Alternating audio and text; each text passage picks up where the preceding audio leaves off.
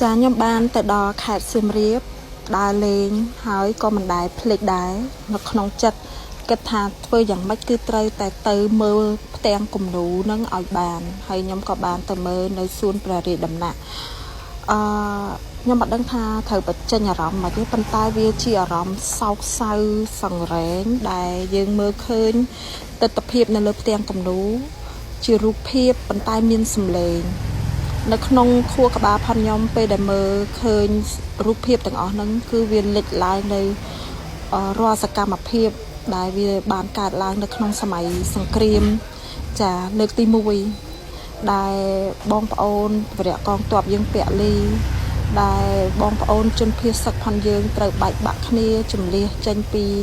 ក្រុមគ្រួសារហើយនឹងផលវិនាសកម្មបន្ទាប់ពីការបំផ្លិចបំផ្លាញនិងការឈ្លានពានផាន់សៀមផាន់ថៃចូលមកស្រុកខ្មែរខ្ញុំមើលហើយខ្ញុំមិនអាចទប់អារម្មណ៍ហើយនឹងទប់ទឹកភ្នែកបានហើយខ្ញុំនិយាយតាមត្រង់អាចថាវាជាផ្ទាំងគំនូរមួយដែលរៀបរាប់អំពីការឈឺចាប់ផងយើងអត់អាចដូចថាធ្វើជាមិនដឹងឬមួយក៏បំភ្លេចបានណាគ្រាន់តែកលែងឃើញគឺរូបភាពទាំងអស់វាដកជាប់អញ្ចឹងវាជារឿងមួយដ៏សោកសៅបំផុតសម្រាប់ស្រុកទេសផងយើងដែលយើងរស់នៅសុខស្រួលសោះគេមកវាយយើងគេមកឈ្លានពានយើងគេមកបំផ្លិចបំផ្លាញយើងហើយគេស្រែកថា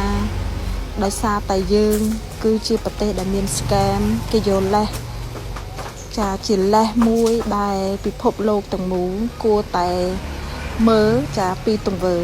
ថាប្រទេសមួយនេះដែលអួតក្តែងថាជាប្រទេសអ្នកមានប្រទេសដែលមានអរិយធម៌ជឿនលឿនបែរជាមកនិយាយ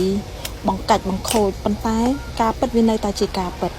ដូច្នេះអ្វីដែលយើងត្រូវតែបន្តធ្វើគឺយើងត្រូវតែបន្តផ្សព្វផ្សាយបន្តនិយាយអំពីស្រុកយើងបន្តធ្វើវីដេអូបន្តសកម្មភាពទាំងឡាយណាដែលយើងគិតថាវាជួយចម្រើនដល់ប្រទេសជាតិយើងហើយបញ្ឈប់ទាំងអស់រាល់ទង្វើដែលយើងបំផ្លាញគ្នាឯងដែលយើងបន្តមិនអាប់គ្នាឯងធ្វើយ៉ាងម៉េចគឺរួមដៃគ្នាសហការគ្នាអភិវឌ្ឍទាំងអ្នករស់ស៊ីទាំងអ្នកធ្វើការទាំងមន្ត្រីទាំងទាហានទាំងថ្នាក់ដឹកនាំទាំងអស់គឺมันអាចឲ្យមាននរណាម្នាក់អសកម្មទេយើងជាគ្រាប់ឈាមយើងជាសរសៃឈាមយើងត្រូវ